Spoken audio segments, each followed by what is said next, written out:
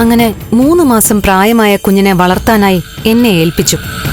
മറ്റൊരു സ്ത്രീയിൽ തനിക്ക് ജനിച്ച കുഞ്ഞാണെന്നും കുഞ്ഞിനെ വളർത്താൻ മാസം തോറും കൃത്യമായൊരു തുക എന്നെ ഏൽപ്പിക്കുമെന്നും കുഞ്ഞിന് പ്രായപൂർത്തിയാവുമ്പോൾ അദ്ദേഹത്തിന്റെ സ്വത്തിന്റെ പരിപൂർണ അവകാശം ഈ കുഞ്ഞിനായിരിക്കുമെന്നും പറഞ്ഞു വിശ്വസിപ്പിച്ചു.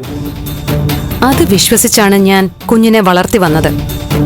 തനുജ എന്ന എന്റെ സംരക്ഷണയിൽ വളരുന്ന ശ്രീമാൻ സിദ്ധാർത്ഥൻ ചന്ദ്രോത്തിന്റെ മകൾ തനുജയ്ക്ക് അദ്ദേഹത്തിന്റെ സ്വത്തുക്കൾ കൈമാറ്റം ചെയ്യുന്നതിനുള്ള നടപടികൾ സ്വീകരിക്കണമെന്ന് അപേക്ഷിക്കുന്നു. ഇവിടെ ഒരു ഒപ്പ്. ഞാൻ ഈ പരാതി നാളെ തന്നെ പോലീസ് സ്റ്റേഷനിൽ ഏൽപ്പിക്കും. നിങ്ങളും ഒന്ന് വരേണ്ടി വരും. ഇത് വെറും ഒരു സാധാ പരാതിയാ. ഈ പരാതിക്ക് മുകളിലായിരിക്കും ഒരു ചരിത്രമാകാൻ പോകുന്ന നിയമയുദ്ധം തുടങ്ങാൻ പോവാ. കൊണ്ടുപോടി. ഒര കത്തുമ്പോ വാഴ വെട്ടാൻ നടക്കുന്നു. ആ മനുഷ്യന് ചോര ഊറ്റി കുടിച്ചത് പോരെ? ഇനിയും വിടാൻ ഭാവമില്ല നിനക്ക്? സെന്റിമെന്റ്സ് ഒന്നും വേണ്ട, മര്യാദയ്ക്ക് ഒപ്പിട്. ഇല്ലടി, നീ ഞങ്ങളെ കൊന്നാലും ശരി ഞങ്ങളിതിൽ ഒപ്പിടില്ല. ഒപ്പിടാനാ പറഞ്ഞേ. ഞങ്ങളെ കൊന്നാലും ശരി ഞങ്ങളത് ഒപ്പിടുന്ന പ്രശ്നമില്ല. ഇല്ല, ഒപ്പിടില്ല. ഒപ്പിടാൻ പറഞ്ഞു കേൾക്കില്ലേ നിങ്ങള്?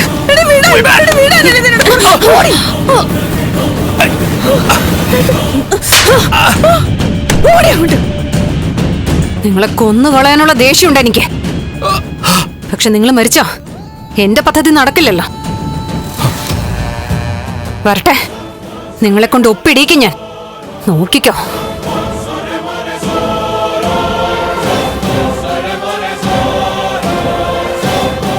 എന്ത് ചെയ്യാനാ? ഇങ്ങനെയാണെങ്കിൽ ഇവിടെ നമ്മളെ കൊല്ലും.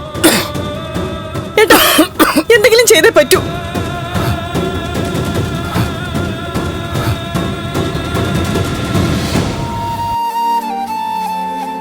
എന്താ എന്നെ കൂട്ടാതെ രണ്ടാളും മാറി നിന്ന് സംസാരിക്കുന്ന? മോള് കിടക്കയില്ലായിരുന്നോ? വിശ്രമിക്കട്ടെ എന്ന് കരുതി. വിശ്രമിച്ച് മതിയായമ്മേ.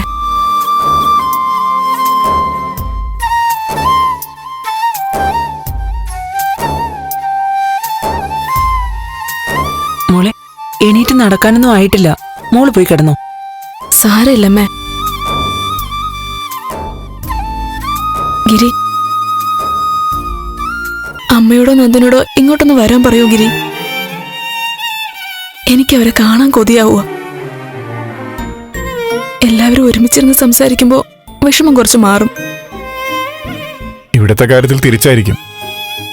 അന്ന് പറഞ്ഞില്ലേ, നിന്നെ കാണുമ്പോ വിഷമം കൂടുകയായിരിക്കും ചെയ്യാം. നമുക്ക് പോവാം. വരട്ടെ. ഗിരി, എന്താ രജനി?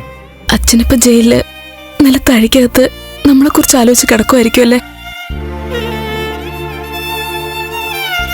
നമ്മുടെ അവസ്ഥ ആലോചിച്ചായിരിക്കും അച്ഛൻ വിഷമിക്കുന്നത്. മരണപ്പെട്ട ആളാണെങ്കിലും എനിക്ക് ബലരാമൻ അങ്ങളുടെ ദേഷ്യം തോന്നുന്നത്. അങ്കിളെല്ലാം ഏറ്റു പറഞ്ഞിരുന്നെങ്കിൽ എല്ലാം അവസാനിക്കുമായിരുന്നു. മോള് വന്നേ, കിടക്ക്. കിടന്നാലും ഉറങ്ങാൻ പറ്റുന്നില്ലമ്മേ. കണ്ണടച്ച കമ്പിയടിയിൽ പിടിച്ചു നിൽക്കുന്ന അച്ഛന്റെ രൂപം.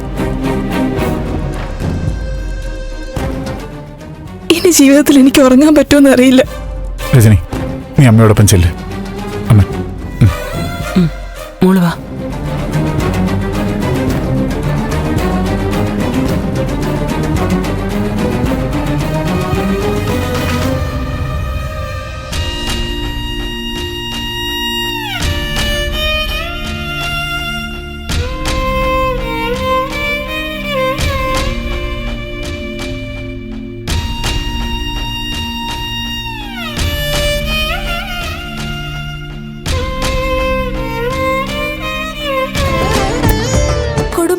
കൂട്ടുകൂടിയ 10 വർഷങ്ങൾ.